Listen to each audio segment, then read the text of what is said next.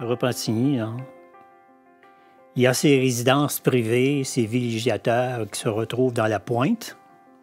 Aujourd'hui, c'est près du pont Lagardère. Mais après ça, il n'y avait que des champs. Et nous, on a eu l'avantage d'avoir, quand je dis nous, mon père, d'avoir 2 terrains à la limite des terres de la famille Deschamps. Et c'est sur ces 2 terrains que mon père a construit en 1942 ses 6 premiers chalets. Il va en construire périodiquement après ça, tous les 2 ou 3, 4 ans. Et principalement, comme on pouvait voir dans les années 50, là, il y avait 29 chalets depuis le 2e. Quand je sortais dehors, là, la galerie, au 2e étage, je voyais 29 chalets. Alors, avec le fleuve en background, et puis cette baissière, cette descente vers le bord de l'eau. Si on a des chalets, si avant ça, on appelait ça des camps, maintenant on dit des chalets, c'est dû à mon grand-père qui voulait aider à maman puis à papa sur la ferme. Je vais me bâtir un chalet pour pouvoir venir te voir plus souvent puis aider sa ferme pour travailler. Fait que vu que c'était pendant la guerre, mon grand-père a eu l'idée de commencer son chalet. Mais là, dans le temps de la guerre comme ça, on avait un employé, puis il ne voulait pas aller en guerre. Fait que c'est temps d'aller dans notre terre à bois pour bûcher, puis couper les bois-ronds. Fait que c'est comme ça que ça a commencé, pendant la guerre, à faire le premier chalet qu'on a eu. On créait beaucoup de lois, puis c'était des grosses familles dans le temps. Je ne sais pas comment est-ce qu'ils faisaient pour tout coucher dans le chalet, là.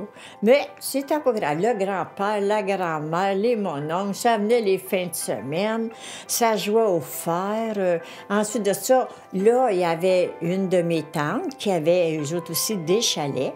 Puis là, on jouait au baseball, puis on jouait contre les 2 des Longchamps contre eux.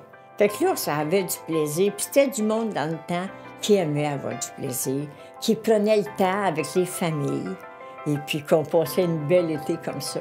Mon père s'appelait Philippe Goulet. À un moment donné, il a décidé de bâtir des chalets. Il a bâti ces 6 chalets qu'il louait à tous les étés.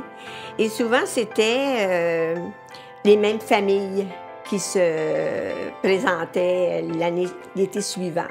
Donc, ça veut dire qu'une petite famille partait de l'est de Montréal, venait découvrir Repentigny parce que c'était beau, c'était agréable, il y avait une quiétude, c'était le grand repos, le fleuve était beau, tout ça. Ils arrivaient tous à peu près en même temps, le 24 juin, à la fin des classes. Et les gens partiront à la fête du travail. Donc, on prend les vacances avec les enfants. C'est ce qui fait que mon papa a eu ses premiers chalets comme ça.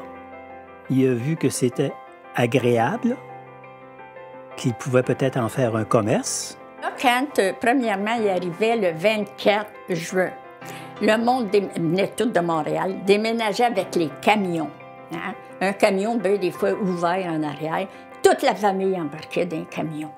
Puis là, dans le chalet, il y avait une petite véranda, il y avait une cuisine, puis 2 chambres. Que ça a été un bord de l'eau qui a été animé tous les étés. C'était réellement un surplus d'argent pour eux autres, là. Oui, il fallait être social, parce qu'à un moment, on disait, si on veut avoir du monde pour louer nos chalets, bien, il fallait être social. Ça, c'était sûr, ça nous demandait toutes sortes de choses.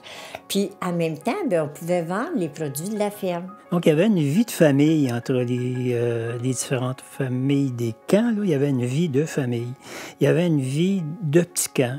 Il y avait une vie de petits villages. Il y avait la vie des petits camps de Gaspard.